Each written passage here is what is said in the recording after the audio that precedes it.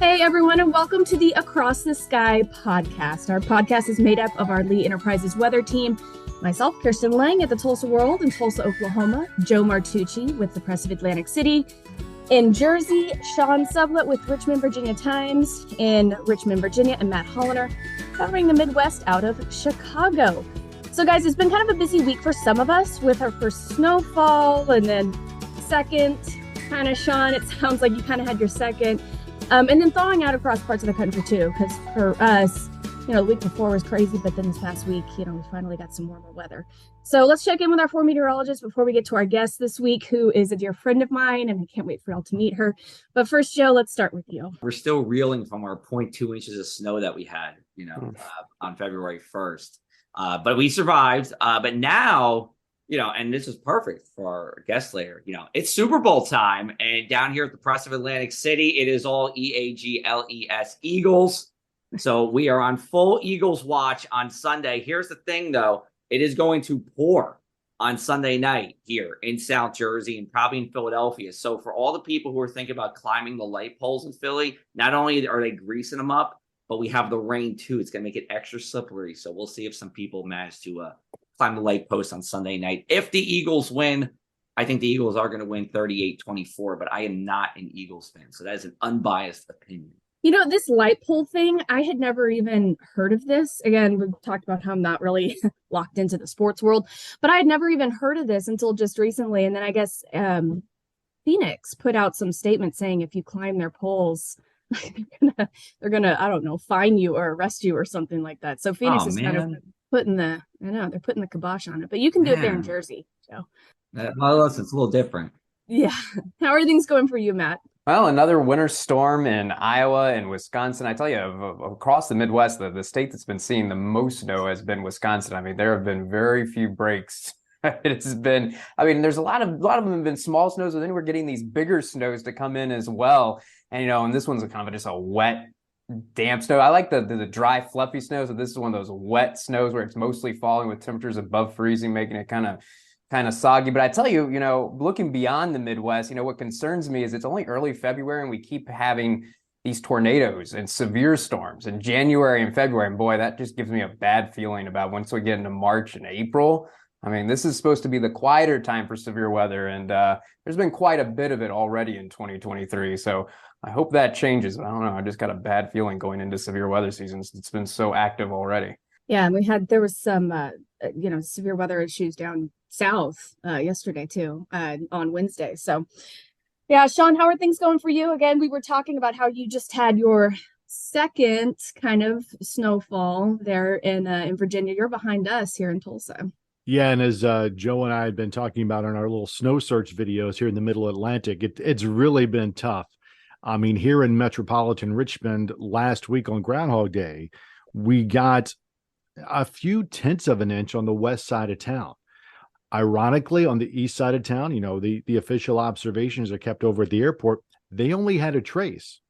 So when people look at the records, like has Richmond had any measurable snow yet, the record books will say no, they haven't, even though the western side of town has had a little bit. But it's almost 70 degrees here today. So we've got no snow coming anytime in the near future in Richmond. This system that's coming up Joe's way on Sunday may put some snow into the mountains of the Commonwealth here late Sunday afternoon or Sunday evening. But that's about it. We are some kind of warm still. Yeah, and we are actually, we've had, I think we've had about 1.5 inches or so of snowfall because we had sleet. Of course, it wasn't snow here in Tulsa, but sleet. And then we might actually have some tonight. We might actually get close to like 0.2 of an inch or so tonight. So we'll see how that goes. It'll add to our grand total of, 1.7 inches or so for the year. Well, pushing ahead, I want to welcome this week's guest. She's a sports reporter that started in Charlottesville, Virginia, and then worked her way up to Knoxville, Tennessee, which is where I met her. And she happened to be my roommate for a couple of years. And that was before launching her career to the national weather, working for Fox Sports as a sideline reporter for the San Diego Padres. And now for the past 7 years, she's been with ESPN as a sideline reporter covering college football, basketball, and baseball. And if you're a sports fan at all, I'm sure you've caught one of her games at some point. So please welcome Kris Budden. Kris, how are you doing today? I'm doing good. It's beautiful in Dallas, which is where I'm based, very different from where we were a week ago when I could not even get home because all of DFW and a lot of the portion of Texas was under ice. So glad to be able to make it to my games and have the airports open this week. Yeah, I know a lot of people were affected with that. And I was even chatting with you about that because you're like, man, I don't think I'm going to make it home. I was like, yeah, I don't know if you will either. But yeah, things looking a lot better, I think, across the country. And, we wanted to bring you on initially. The other three meteorologists, Sean, Matt, and Joe, were talking about a sports podcast. And admittedly, I am not really a sports person. I don't really watch it. My husband's all about it. I just, kind of stand in the background.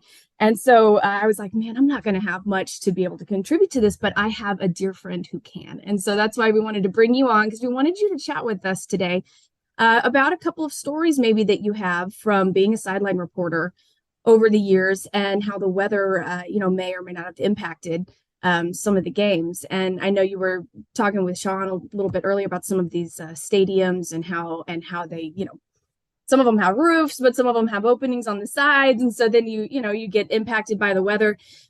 Would you, just kind of give us a couple of stories, maybe start with one? I know we're kind of go around here and we're all going to kind of ask you a little bit about it, but, just maybe start with maybe your most memorable game when it comes to weather and how you were impacted.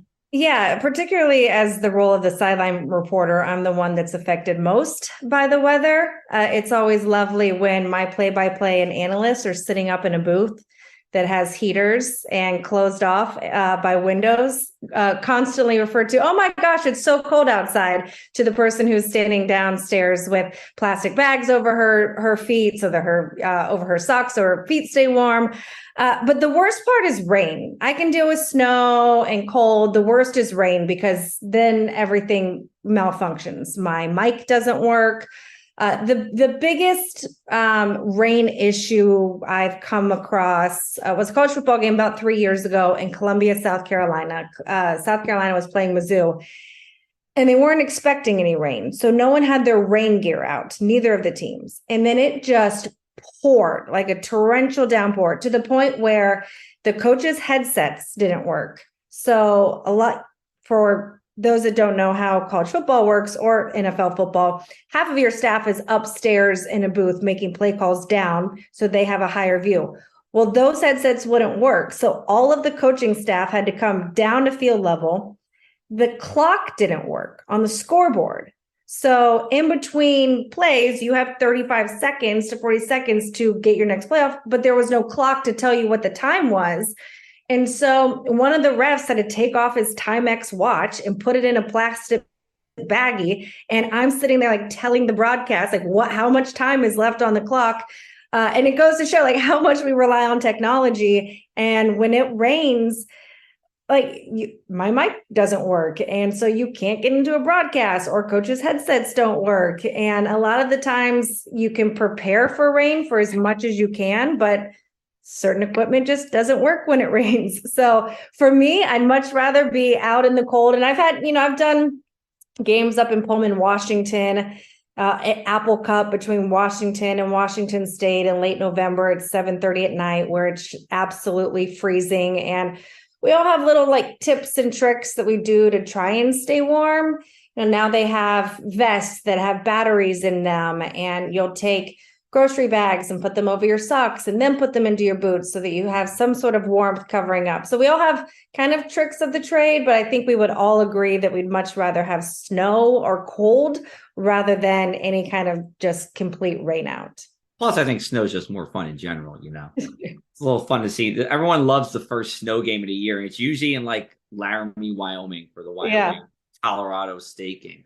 So when you guys are in your planning meetings before, let's talk about college football, before your college football games, how much does weather actually come up, if at all? And what are you talking about during those discussions? Yeah, it doesn't come up in terms of our planning as a broadcast. It comes up a lot with the coaches of how much they prepare for it. Teams because teams don't see it a lot. Some teams may go an entire season and never have a rain game. So a lot of it is, how do you prepare for playing in the rain? What wet ball drills did you do this past week to prepare for anything you might see? What is on the sidelines to keep you warm? Northwestern is always known for keeping chicken broth on the sidelines, and Pat Fitzgerald, their head coach, will always come out for a cup for himself and the sideline reporter. So it's just, in some teams, are even completely used to it. And then you'll have an out of conference game, and some team will have to go that has never prepared to be able to play in the snow. And then on the opposite side of it, a lot of it's the heat. Like you go play a game in Texas on August 31st and a noon game. And when you are playing on field turf, it's way hotter because the rubber beads that are inside the turf almost kind of melt your shoes. And so you're paying attention to guys cramping and drinking pickle juice, especially for teams that are up north that aren't used to coming down to Texas or the Southeastern Conference and playing in a lot of that. So as a broadcast, it's not really talked about because you don't know what you're going to get. But between the teams and the coaches, it's a large discussion for us. Okay, so I want to follow up with the pickle juice thing because I'm of the age where I always drink Gatorade, and I'm still that guy who only drinks Gatorade. But pickle juice, really? Yeah. What other kinds of things are there, or are staff or reporters and players doing to hydrate in a high heat environment, like a late August game, an early September game in the Southeast, in Texas or Florida? What other things are going on down there that we at home may not be privy to? Well, way more fancier now than they were back in the days. I mean, during halftime, they'll all go get IVs to redo your fluids. The pickle juice is it's so salty, it's almost an immediate that helps you. You'll see these packets of electrolyte, it's basically called goo, and they suck that down. A lot of bananas on the sidelines. The thing is, once you start cramping, you're too far gone. So you have to be able to stay on top of it before you get to that point. And, you're not supposed to be able to use an injury for cramping, but a lot of times players go down and can't get off the field. And so you see them then being dragged to the sidelines, and they're rubbing, now they have the massage guns that they use. Those are very big nowadays, just trying to get their calves or their quads going. But pickle juice and the electrolyte goo is kind of the main thing. And then you'll all see them, that they come back at a halftime and they've all had an IV. And while we're discussing all aspects of weather, I want to focus in on the wind. So first, what were the strongest winds that you've experienced at a game, the strongest wind gusts, and how does that affect the broadcast and what goes on in the planning? You talked about the preparations for cold and rain. What are the preparations when you're expecting a lot of wind? And also the team preparation, because I imagine, we always talk about how it's going to have an impact on the kicking game, but what kind of discussions do you hear on the sideline amongst the kickers and the coaching staff when it comes to when high winds are expected in a game? Yeah, from my perspective, it's all about how the coaches plan for it. We had at a Penn State Indiana game up to 40 mile an hour winds this past football season. And where you really see it is, you go to even kick off the game and the ball won't stay on the tee, and you do it 2 or 3 times. And after the third time, then someone has to come hold it. Or you watch during warmups, where can they kick from? And it's always coming from one side. So you have to pay attention to warmups, how far could this guy kick it? And sometimes you'll just see the ball just stop. If this team is a quarterback that likes to throw, then maybe they have to use their running backs more. It goes into late situation game planning of, I know my kicker can only kick from 25 yards in this kind of wind. So maybe now on 4th and 3, I'm going to go for it. So it's more of those situational things than it is our broadcast. Now, some of it, we have cameras all over the place, and a lot of them are high cameras, either up on a photo deck that's above the booth on the top of the stadium, high cameras on each end zone. And so those play a big difference in terms of the wind factor and health and safety concerns. And all of that is way beyond my expertise of what is the mile of wind. I will say, what you really don't want besides wind, rain, and snow is you don't want lightning. Because when there's lightning, every stadium has a different rule, but ESPN's rule is 8 miles. So sometimes, particularly in Hoover, Alabama, where we have the SEC baseball tournament, ESPN's rule is further out than the stadium's rule. So if there's, and there, it always happens because it's the last week of May in the middle of Alabama, where our cameras will have to be locked down. So that means that all of our camera operators have to get off and go seek shelter. But they haven't stopped play on the field because that stadium has a 6-mile radius for lightning delay. So it's kind of an awkward thing on a broadcast where you basically, like, usually your camera pans and follows the runner going around first base. Well, now that camera has to be locked off and there's no one to run it.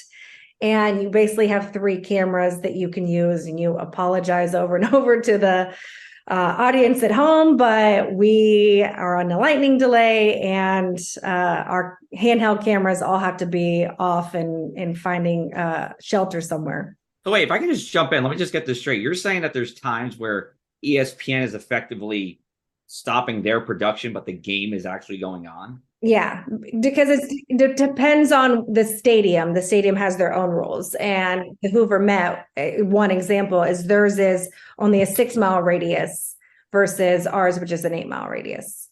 That is interesting. So before I worked at the press, I worked in weather consulting, and we had sports teams that paid us for lightning detection, and we would call them. And I was like, this was like my first job out of college. So I'm calling them when it's like 15 miles out, or it looks like there's going to be lightning. And I would see the game because we had like the Eagles and local teams. And I was like, how come they're not doing anything with the game yet? We just called them. But then you realize, to your point, that a lot of times they're just looking for a very tight radius around the stadium. Now, that's another story, what the radius should be or not. Baseball is so interesting because you want to protect your field. And you also want to protect your pitchers. So a lot of the times they're looking at what might not be happening right now. If first pitch is right now at 12:05, but we see rains coming at 12:45 and it's going to be a downpour, why even start the game? Because from a baseball strategy perspective, once you warm up and start your pitcher, if you're going to look at a 2-hour delay, he can't then pitch again. Like, he's rested too much and you've used him now, and you won't be able to use him again for a couple of days. So a lot of times coaches will get together and say, if we're going to have a delay here in 45 minutes, I don't even want to start the game. So a lot of times that's also what they're looking at. Also like how, then if we have a delay and then we see a window, but that window is an hour and then it's going to come again, by the time we get the tarp on, are we going to ruin the field to where we can't get it dry? So baseball ends up being really hard to navigate when storms are coming and going and popping up like they do in May, particularly in the Southeast. So like last year, we almost did not get the tournament in time. Like, we almost had to change, like, it's a double elimination tournament. We almost had to go to single elimination because we just couldn't get the games in. And like, we were there till 3 a.m. one night calling games because we didn't start till 11 p.m. Kris, is there any stadium, I guess going back to maybe football and kind of wild weather with that, is there any stadium on your list that when you think about it and you think of like the time of year you're going to be there, you're kind of thinking, oh man, this could really be an issue with weather? Like, I know you were talking earlier about one that had openings on the sides, but a roof on the top. Are there any stadiums like that kind of come to mind? Part of it's also like, how am I going to get there? Pullman, Washington, where Washington State is, can be a dicey drive also in November, because some of these schools are also hard to get to. You fly into an airport and then you drive 2 hours. Plus, it's just really cold up in Pullman and can be really windy that time of year. It's been a long time since I've been there. That's kind of the main ones that I think of. I mean, I don't love being in Texas late August. In early September can be really hot. It can be really muggy around the Southeast. In terms of cold, though, probably Washington State, Huskies Stadium. All right, Kris, I think I'm taking the last question here on this. Now, I did my homework before I interviewed you today, and I have one small bone to pick with you. Okay. So I want to make sure you're ready for it. Yeah. Do you remember a tweet you sent on September 17th of last year at 8:35 p.m. regarding the $25,000 pyramid? No. Okay. Well, I'll read it to you. You wrote $25,000 pyramid.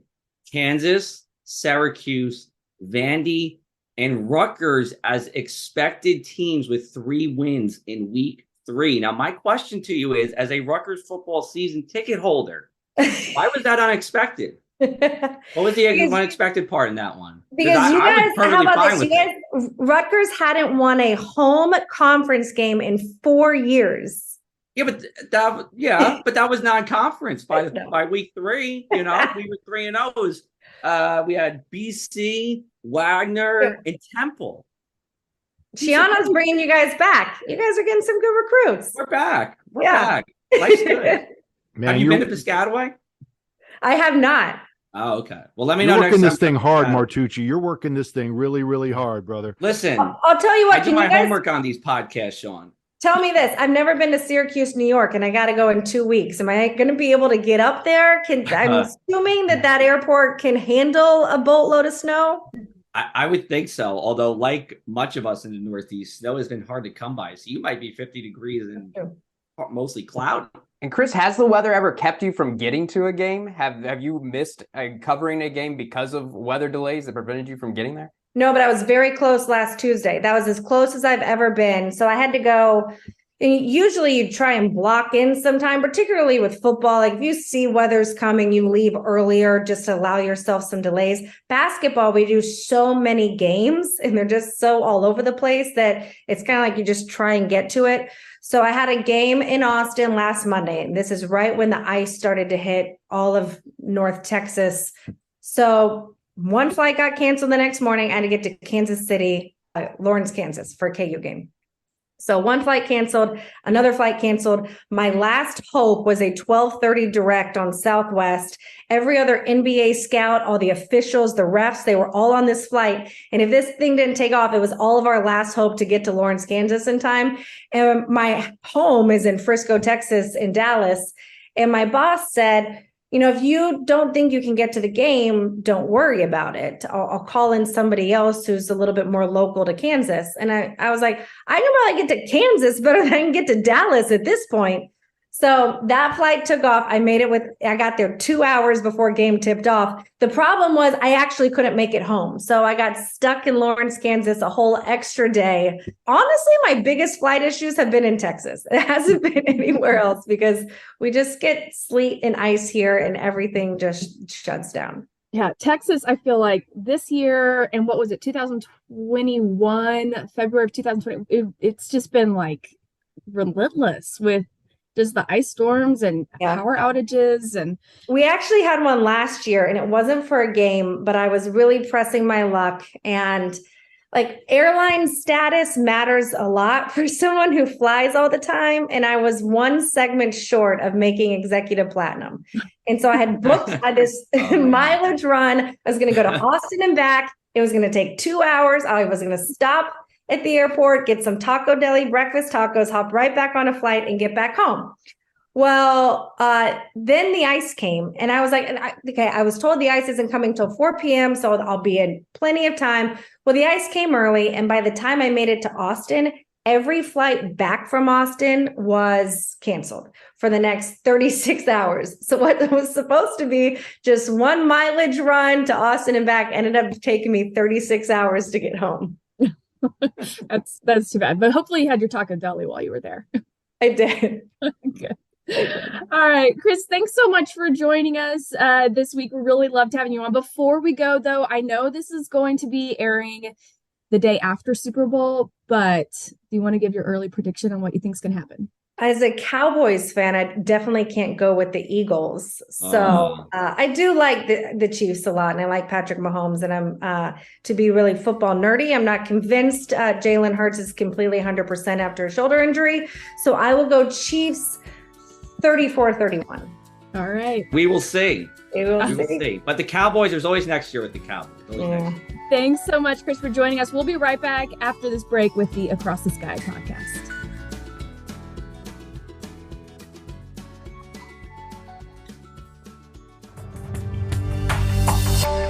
Looking beyond the atmosphere, here's Tony Rice with your Astronomy Outlook.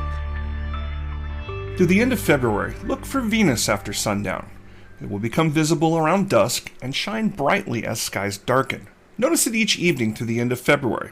It will be a little higher above the horizon. By early March, it will appear less than a degree away from Jupiter. Now, Venus is bright for a couple of reasons. It's relatively close by, and it's covered in very reflective, very nasty clouds. The planet has been mistaken for a lot of things, even prompted some 911 calls. An aircraft, a satellite, a helicopter, and even a UFO from time to time. And most recently, for some reason, a Chinese balloon. When viewed through trees as you drive along, it may appear to follow you, but at 134 million miles away, that's just an optical illusion, of course. That's your astronomy outlook. Follow me at RTP Hokie for more spacey stuff like this. Thanks, Tony, so much for that astronomy report. We appreciate it, as always. And guys, you know, Kris, she has so much experience in this, and I think it's just great to hear from her. And she really gave us some stuff too that I never even knew that they did. The IV packs, I mean, that was something really interesting to me. I think, you know, when it comes to sports and weather, we've talked about this. I've mentioned this. I'm not quite the sports enthusiast over here. And so I don't have a lot to contribute with as far as watching college or football and seeing a weather event. But the closest thing I can come to with weather and some sort of sports, you know, intertwinement, I guess, if you want to call it that, was I used to be a big runner, and I used to do half marathons a bunch. And you know, listening to Kris talk about how these athletes have to adapt to these, you know, different weather scenarios. For me, running, there was a lot that you had to do with that. And the one for me that was most memorable was a half marathon that I did one time back in 2006 or 7 in Austin, Texas. And it was so cold that day that I basically dressed myself up to go skiing and then walked out the door to go for a half marathon run. So 13.2 miles, or 13.1. But it was one of those things where, you know, you have so many clothes on. And I remember just taking gloves off to try when I would get a little overheated so that my hands were exposed. And then it was too cold and I'd have to put the gloves back on just to keep on going. And you see people, I'm sure many people have seen this. They throw clothes on the sides of the roads, you know, after these races like that. But that race in particular was so cold. I had so many layers on. I looked like I was about to hit the slopes that day whenever I did that race. So not exactly the best weather, you know, kind of makeup for a run, I would say. Well, you want to be a little bit chilly when you're running, right? I think I've heard that the ideal temperature for running is in the low 50s, because since your body heat goes up when you're running and your metabolism is going up, you want it to be a little bit cooler so you don't overheat. But there is a point where it gets a little too cold, and it gets that wind chill factor starts to kick in when you're running. So yeah, there is a balance there. Yeah, I think from what I remember, it was you take whatever the air temperature is and you just add 20 degrees to it. And that's what it's going to feel like to you when you're in the middle of your run. So, yeah, I mean, a 50-degree run would make sense. It would be, you know, feeling like a nice 75 degrees or something outside. So, all right. But you guys have a lot more, it sounds like, experience with watching games and having memorable games in your mind, maybe that were impacted by weather. So I'll let you kind of go around. You know, Joe, if you want to start and tell us one game that you can think of that was really impactful with weather. I think the year was 2011.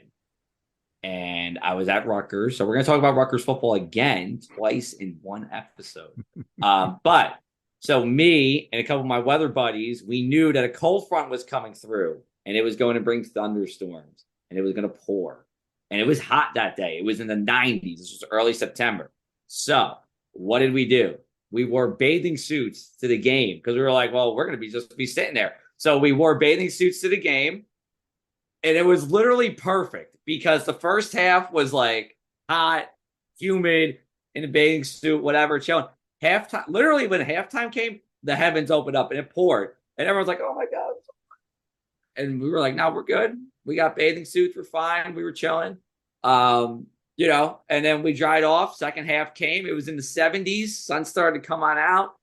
And it was beautiful. So that's my one weather story that I'll always remember because it was pretty fun. Just kind of blending, like knowing the weather and preparing for the weather and seeing the weather at the same time.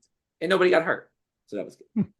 All right, I could go next. I can go the other direction with football, and I'm going to go back farther. And since we've talked so much about Rutgers, you know Is what's there a coming problem, next. Sean? You know what's that? Is there a problem? No. Okay, But, all right. I was just making equal sure. time here. Now we have to do equal time and go across the other side of the Delaware River Okay. and talk about Penn State. So my first semester there in the fall of 1987, I'm a very young fella coming up from Richmond, Virginia, attending Penn State. So I'm in the mountains of central Pennsylvania in the fall of 1987, and I'm certainly not accustomed to snow squalls at this point in my career, in my life. So Notre Dame comes late in the season. It's November. Cold fronts come through, and it is cold. It's in the 20s. It's windy. There are snow flurries going. And I just didn't dress for it. I mean, it wasn't insane. It wasn't frozen tundra stuff, but I didn't dress for it. And a lot of people hadn't dressed for it, apparently. But I do remember that game as cold as I have ever been for a game.